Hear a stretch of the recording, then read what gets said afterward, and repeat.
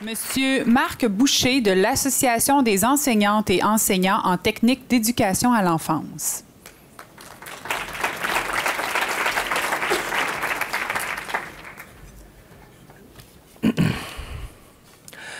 Tout d'abord, la ETE, nous tenons à souligner l'importance et la qualité de la commission et du sommet sur l'éducation à la petite enfance. Ces tribunes ont permis à tout le Québec de se faire entendre. Étant donné que nous sommes nombreux, peut-être ceux qui sont absents finiront par l'entendre et de développer des consensus dans le respect des divergences et des différences de point de vue. Pour le Québec et pour le bien des enfants, chapeau.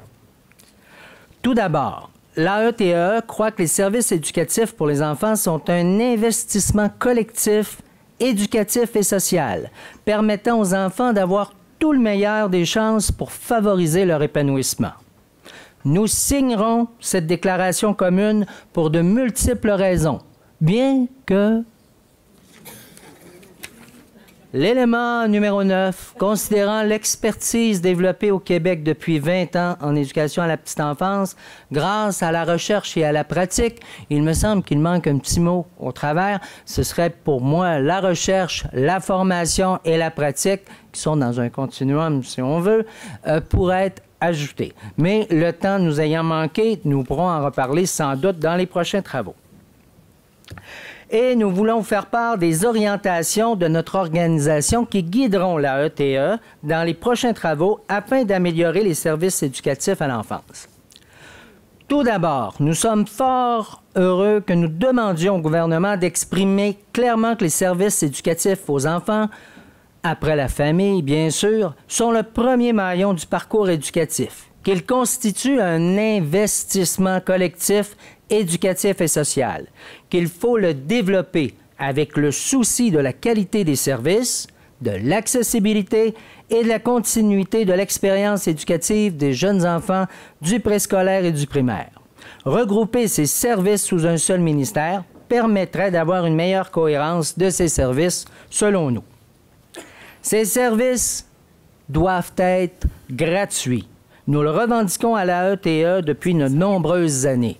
Ces services sont un investissement qui rapporte à l'État et répondent à une priorité pour l'ensemble de la population, nos enfants.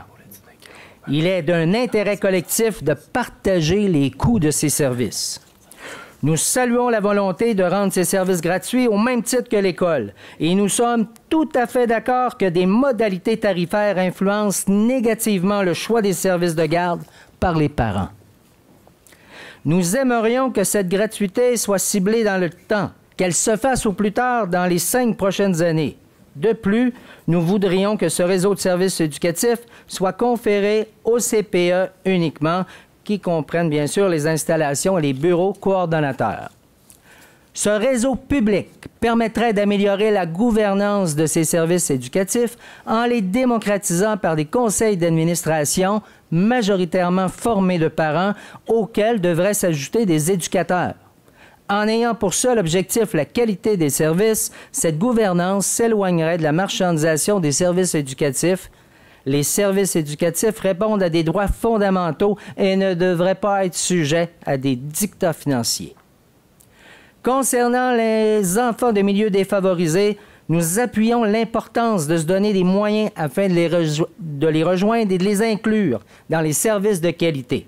Pour l'AETE, ces services de qualité sont les CPE. Il faut appuyer les ressources complémentaires, communautaires particulièrement, qui sont la première porte souvent vers les services éducatifs. Il faut les soutenir mieux financièrement. Le rehaussement de la qualité des services éducatifs à la petite enfance est un objectif constant et primordial. La professionnalisation de ces services passe par une obligation d'être formé à 100 %. Qui accepterait de se faire opérer dans un hôpital où l'on retrouverait 66 % de chirurgiens formés?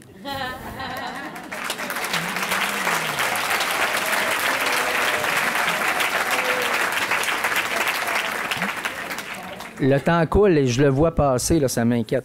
Nous sommes fort heureux de l'accent mis sur la formation du personnel éducateur. Il est temps que tous les éducateurs dans les services éducatifs à l'enfance détiennent un DEC comme formation initiale de base.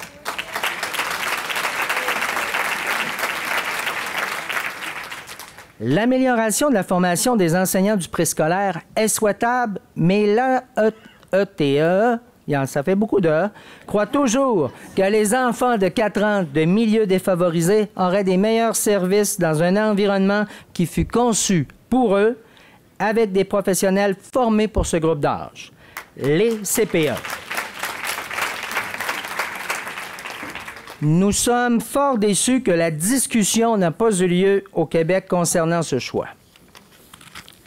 La pratique doit s'accompagner d'une formation continue permettant d'améliorer les services. Cette formation continue pourrait découler d'évaluations biennales de ces services de garde. Nous sommes d'accord avec ce processus. Cependant, cette évaluation ne pourra permettre d'avoir des avancées significatives concernant la qualité des services seulement et seulement si les fonds nécessaires permettant la formation continue afin d'y parvenir soient au rendez-vous.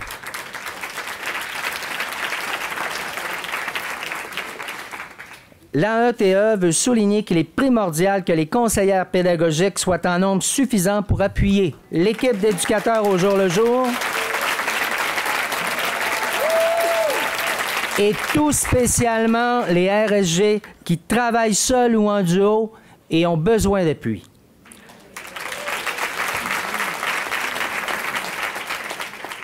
Pour obtenir ce gage de réussite, l'AETE est fortement en accord avec la nécessité de retirer l'offre de crédit d'impôt pour les enfants inscrits dans les milieux de garde non régis.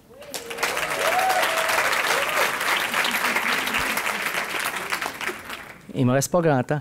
L'AETE va plus loin puisque nous souhaitons qu'un seul réseau public formé de CPE et de RSG encadré par les bureaux coordonnateurs. Le gouvernement pouvant établir des ententes avec des garderies privées afin de les intégrer au réseau public, comme il a été fait il y a quelques années. En conclusion, une concertation est nécessaire selon nous et nous croyons essentiel qu'une table de concertation réunissant tous les partenaires qui gravitent autour des enfants du Québec, parents, administrateurs de services éducatifs, éducatrices, enseignants, chercheurs, organismes communautaires et représentants politiques, soit créée afin de conseiller le ou la ministre, quand ce sera, on verra de quel sexe elle sera à ce moment-là, de la famille relativement au développement de services éducatifs publics, universels et de grande qualité.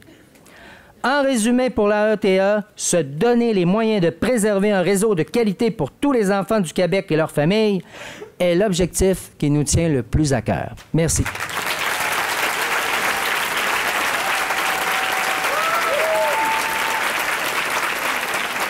Merci beaucoup, M. Boucher. Monsieur